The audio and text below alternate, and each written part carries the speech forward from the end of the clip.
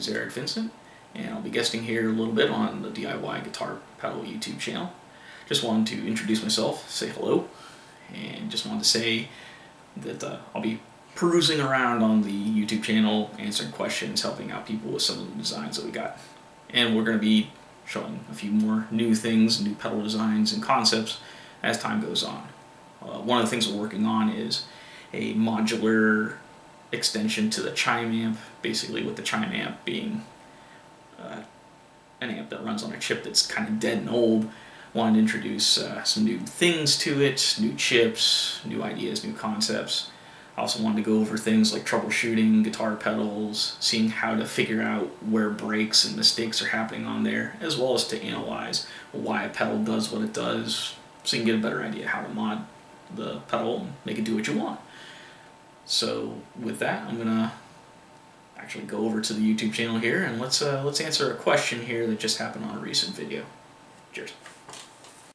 Poivo Gnome asks, can you make a video about how to change the signal chain of a 2-in-1 pedal? If this doesn't make sense, look up the Green Turnip, NEHX pedal, with a Soul Food and Holy Grail. There's a switch that allows you to change the order from SF to HG to HG to SF, which I cannot for the life of me figure out how to do. Alright, well that's a good question. So how I would tackle this is with a 4-pole double throw switch. And here's how this would work wiring wise. So pardon my Microsoft Paint skills, but here we go. First thing you're going to do is you're going to take your 6 audio jacks that you have right here. You're going to ground all the sleeves, or at least tie all the sleeves together. Now, if you wanted to do this without using any LED indicators, you just have to tie the sleeves together and not to ground. But in this case, we're going to use LED indicators because I want to see what we're trying to do. Now, the next thing you're going to do is you're going to be wiring all these guys into this 4-pole double throw switch. So what does that mean? Well, you got 4 poles right here. 1, 2, 3, 4. And then you got 2 throws. You can either do these 2 touching each other or these 2 touching each other, with the center row right here being the common connection. So how does that work? Well, let's exemplify it a little bit. So if we're going to go with the first throw, which would be this top half here, you have the guitar signal coming in, which will then go all the way into the in jack of the first pedal, do its little processing, whether it be a distortion, chorus, flange, whatever, and then it'll come out, and it'll go into this second pole set. Then from the second pole, it's going to go immediately right into the in jack of the second pedal. Do the second pedal's little effects processing here, and then come out the out jack into this third pole, and then from this third pole, it'll go out to the amp. And that's pretty simple. And then on this last pole right here, this fourth one, we have the power from the battery going through the current limiting resistor, and then driving the LED, which goes to ground. So this LED will be on, the other LED is not in the connection circuit here, so it'll be off. So that will give you the one direction. Now, to go the other direction, the other throw, let's take a look.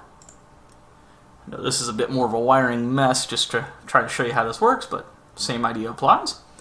Now you have the guitar signal coming in on this first pole, but from this first pole, it immediately just jumps all the way over to the in jack of the second pedal. Does this little processing, whatever the effect is, comes out that second pedal's out jack, which brings it into this third pole, which then shoves it all the way down this way into the first input jack of the first pedal.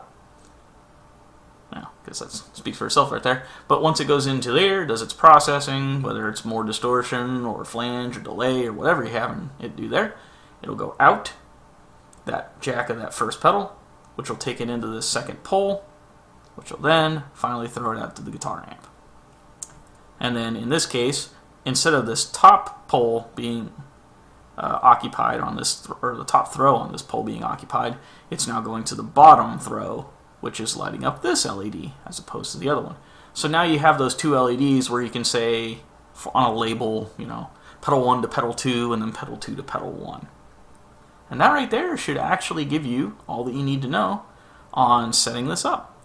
So I hope this video helps answer your question, and I'll be curious to see what kind of signal chain stuff you're experimenting with. Cheers.